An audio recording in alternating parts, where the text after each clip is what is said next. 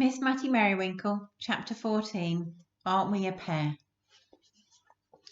The next day, Mattie wrote to Marigold. She decided to send an email, as it would give her more time to gather her thoughts and choose her words. Fortunately, she didn't have long to wonder about whether or not she'd done the right thing, as Marigold replied within the hour. Thank you for sharing this with me, Mattie. I guessed it was something along those lines.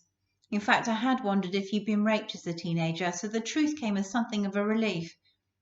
Sadly, these things happen. The person I would like to throttle for his part in all this is your father. If he's still alive, tell him to watch out. And the person I would like to hug is Mrs. Featherbottom, but I'm probably too late for both. Take care, Mattie. I'm looking forward to our next Zoom session, and we'll talk about it some more then. Love from Marigold. Love from Marigold. That was the first time she'd signed off that way. Mattie wished she had a printer so that she could hold the words and put them safe in a drawer, taking them out whenever she needed to be reminded that somebody loved her. After such an emotional start to the day, Mattie decided she needed some fresh air, so she got her bicycle from the shed and cycled to the park. In her basket, she put the bag containing her knitting, the plan being to sit on a park bench in the sunshine and finish it off. She only had one sleeve left to do, and the cardigan was promising to look very special. Halfway through, she stopped to drink the coffee she'd brought in her thermos and eat the cheese and pickle sandwich she'd made for her lunch. She looked around her. The park was busy, families having picnics on the grass, people struggling to control dogs on leashes, park rules strictly enforced, a gang of youths playing football, and a group of litter pickers working by the bandstand.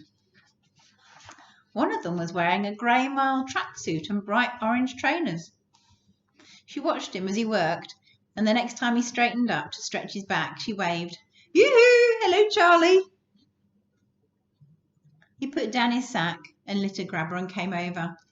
"Matilda, how lovely to see you out and about again. Do you mind if I park myself on the end here for a bit?" He'd already sat down before the words were out of his mouth.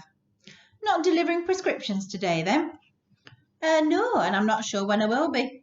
The number of people needing them was going down anyway, and then when I was self-isolating, someone else took over my round.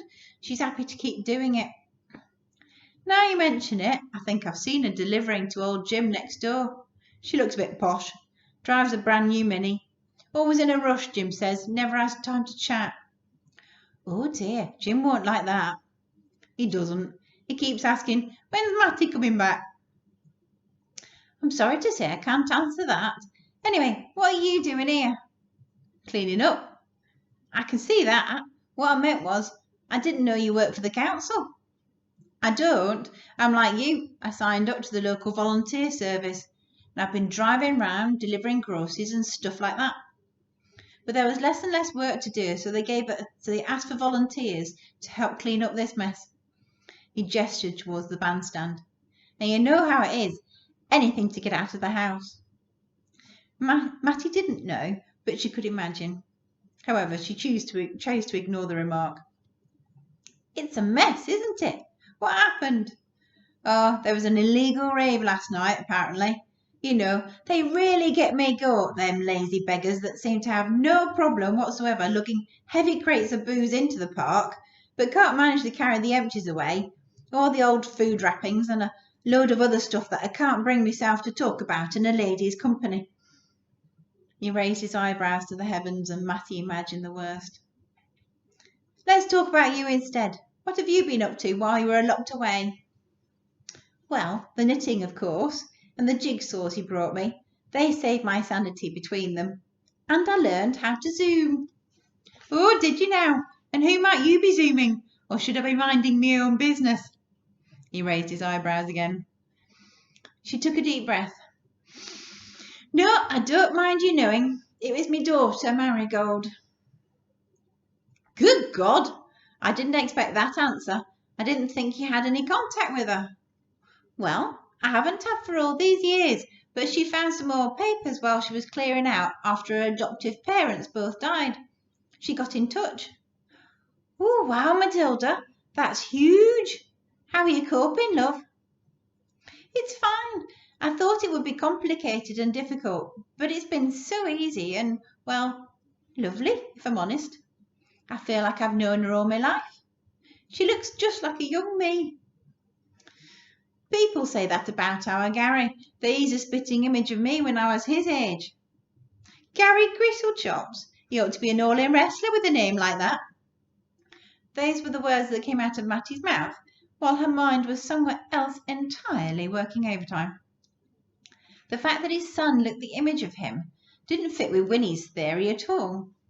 Charlie didn't seem to notice either her humorous observation or her puzzled expression. He carried on with a faraway look on his face. Oh, whereas our Sharon, she's the eldest. I don't know who she takes after. Charlie sighed, leaned forwards, resting his elbows on his knees, and continued to look into the distance. Aren't we a pair, eh? What do you mean? Well, there's you with a lovely daughter that you were forced to hand over to someone else to bring up, and there's me with, you know. She shook her head. Then you must be the only one round here that doesn't. He paused. We had to get married because Shirley said I'd made her pregnant. Our Sharon was born 6 months later and weighed 9 pounds. Now I know I was always rubbish at arithmetic, but even I know those sums don't add up. It wasn't the kid's fault. She still needed a dad and I love her to bits now, but I can't help feeling I was tricked into bringing up another man's child. That was quite a revelation. Mattie wanted to give him a hug, but that would have meant breaking rules on all kinds of fronts.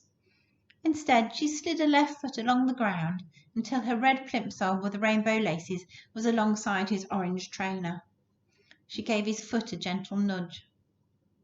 You're right, we are a pair. An odd, mismatched pair, but still a pair. Charlie looked up and smiled. And while Mattie knew deep down there was no real future for them beyond that moment, it didn't make it any less special.